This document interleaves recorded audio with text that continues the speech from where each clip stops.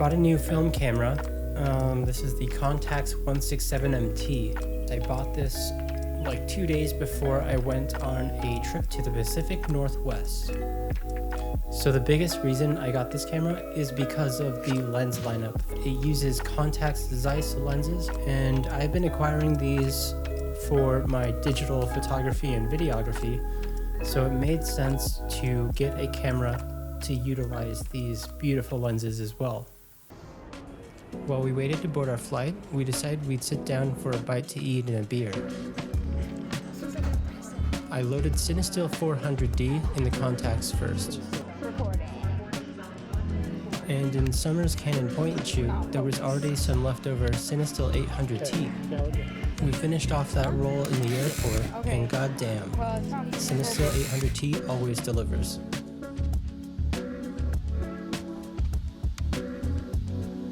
I'm really impressed with how some of these photos turned out. The only downside with the point and shoot is it misses focus sometimes, and maybe we just need a little more practice with autofocus.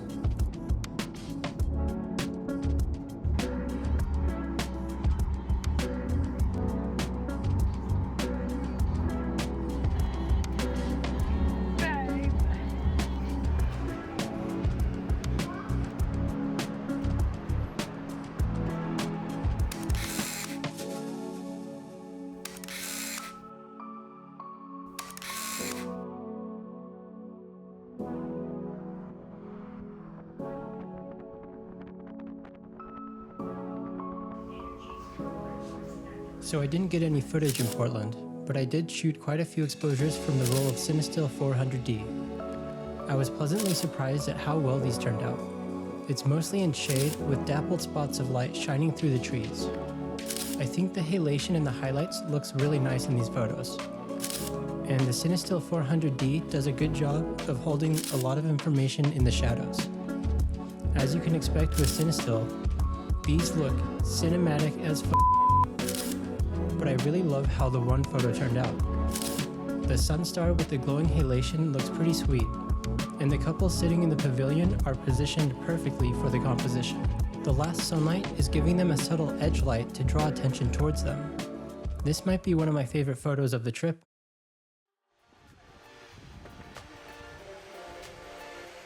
Our next location is Silver Falls State Park. We hiked the trail of 10 falls, which we had to do the shorter loop trail because we didn't have a lot of time. So I think out of 10, we saw about 7 waterfalls. It's a really beautiful place. I just wish it wasn't as crowded as it was. There were tons of people, and it made photography a bit of a challenge. Stopping to shape up a composition for a photo meant that there'd often be a bottleneck of people going in both directions of the trail.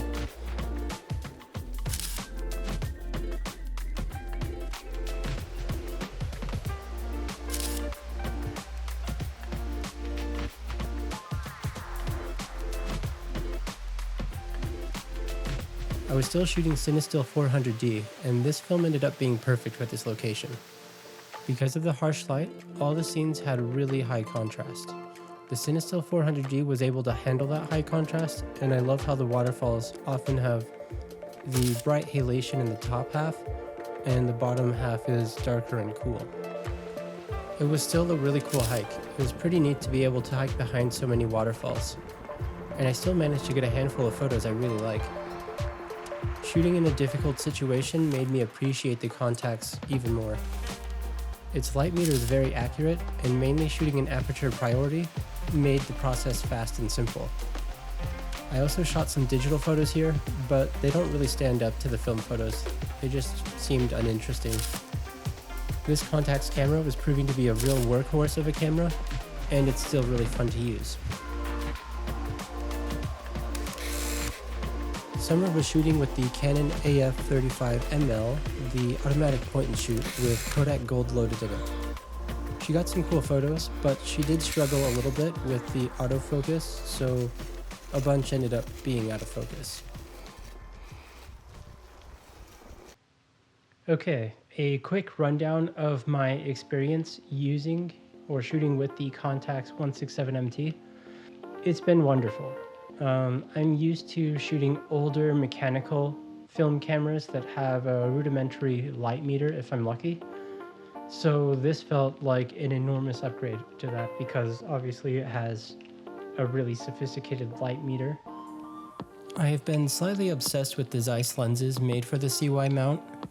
It's definitely the biggest reason I got this camera, so I can utilize the full set of Zeiss lenses that I already have when shooting 35mm film.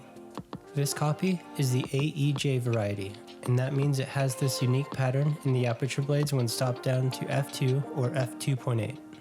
It's like a ninja star pattern, and you can see that shape in the bokeh with out of focus highlights. It's a super unique look, and I love it, but I'm sure there are other people out there who don't. After completing the hike, we had a long drive ahead of us. We would go up the Oregon coast towards Astoria, where we would be staying for the night.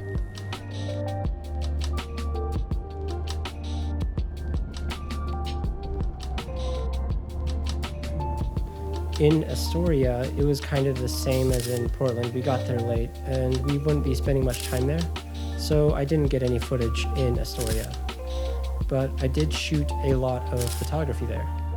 It was an overcast day, but the Vision 3 250D film stock still delivered great results. I also shot a black and white film, Lomo Berlin 400. I was excited to try this film out, but I think it was a bit of a letdown, to be honest. But I rescanned the film negatives with my camera at home and converted the images with Negative Lab Pro. I did this with all the film from the trip, and I really liked having all the latitude that film normally has. This camera has a little window that is light sealed around it to show you if you have film loaded and what kind of film it is. This is super useful and helps you not to blast your unexposed film to the light. To adjust settings like shutter speed and ISO, you use this toggle slider. It's a little strange at first, but I got used to it very quickly. It allows me to make adjustments without pulling the camera away from my eye. I know dials can do the same, but I always forget which way to rotate them. I really like that this camera reads DX codes, but you can also set the ISO manually if you're pushing or pulling your film. The camera saves the ISO setting until you open the camera back. I think the little rotating indicator is a nice touch as well. It rotates when the auto winder is functioning, so every time you take a photo or when you first load the camera, it lets you know the roll is not jammed or anything. We had to really rush to the next location, Ruby Beach. We barely made it in time to catch the only sunset of the trip. And of course, I realized when I got to the beach that I still had the Lomo Berlin black and white film in the Contax camera. So I quickly fired off like 10 exposures. They were pretty much wasted so that I could take out that roll as fast as possible. I quickly loaded Kodak Portra 800 and loved the images I got with that film stock.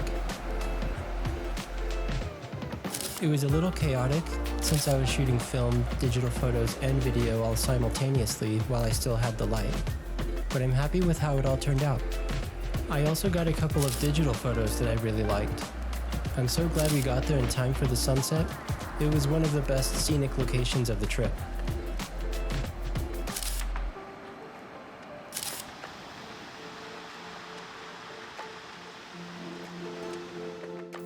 Okay, starting with the viewfinder. This is easily the best viewfinder I've ever used in a film camera.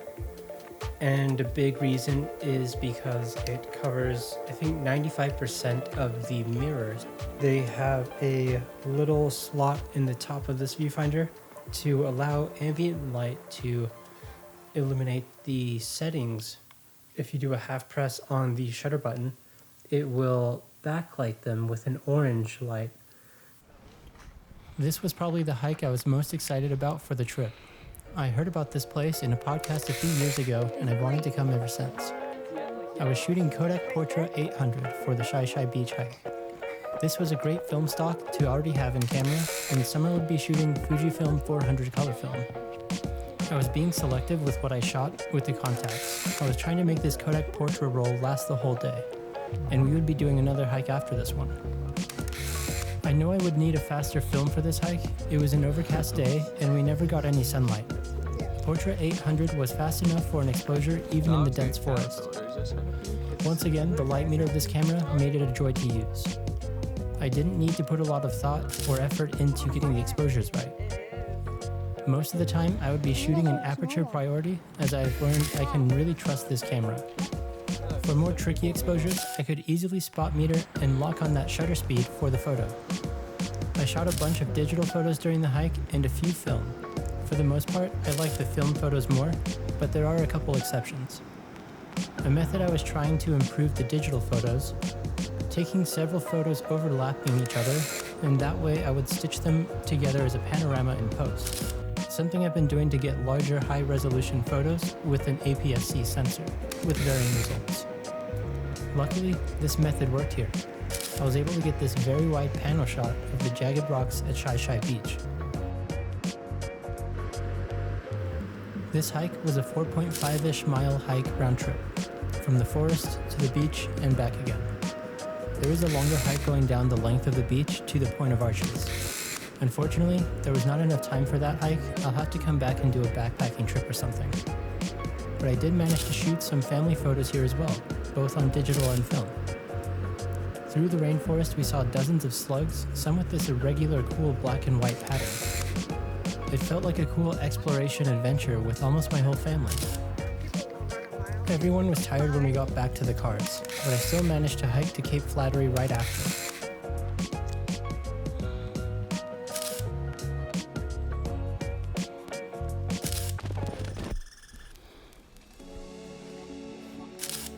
I lightened my backpack weight and only brought the Contax, and on my Fujifilm X-H2S I had the Contax Zeiss Histogon 25mm f2.8. After I shot the last of the Portra 800 roll, I swapped the lenses so I could shoot with the Zeiss Planar 50mm f1.4 on the Fuji camera. I got more of the panos with the 50mm Planar, and this trick worked out amazingly again. These photos of the cliffs and the lighthouse on Cape Flattery absolutely slap.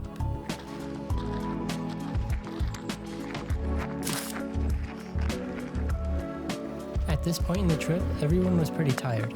It takes a lot of effort and time to get around on the Olympic Peninsula. The roads are rough, so if you get carsick, these drives will almost certainly make you sick.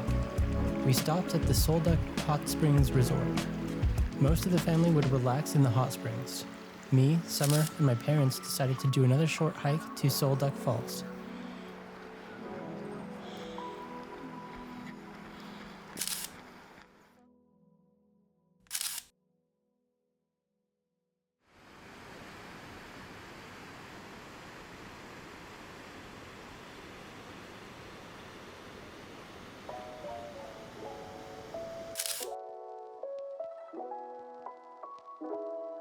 I'm glad I opted for the hike because I got some amazing photos here. I loaded Vision 3 500T, one of the rolls I was most excited to use on this trip. I was hoping to use it when there was some nice sunlight, but that didn't happen. Even in overcast conditions, the photos of the waterfalls turned out amazing.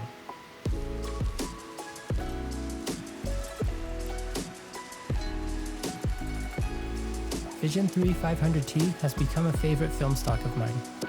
Its downside is that it has a ECN2 development process, so I have to ship it all the way to Wichita, Kansas to have it developed. The film itself isn't expensive, but it becomes expensive having to ship it across the country and ship it back so I can get the negatives. This would be the last hike of the trip. After finishing the hike, we would be making the long drive back to Seattle.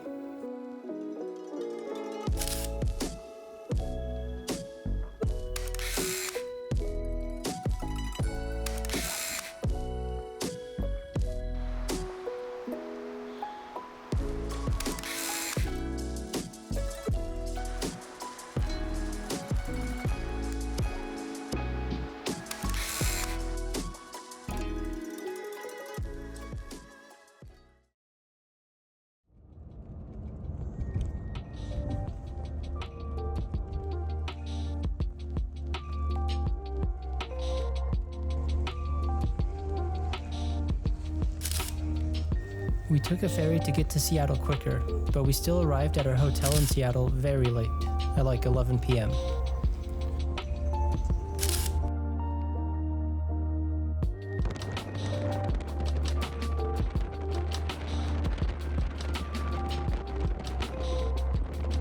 We had a few hours to sleep before we'd have to wake up and go to the airport.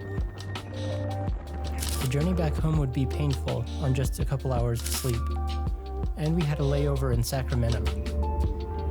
The trip overall was amazing, and using the Contax 167MT as my primary camera was a great decision.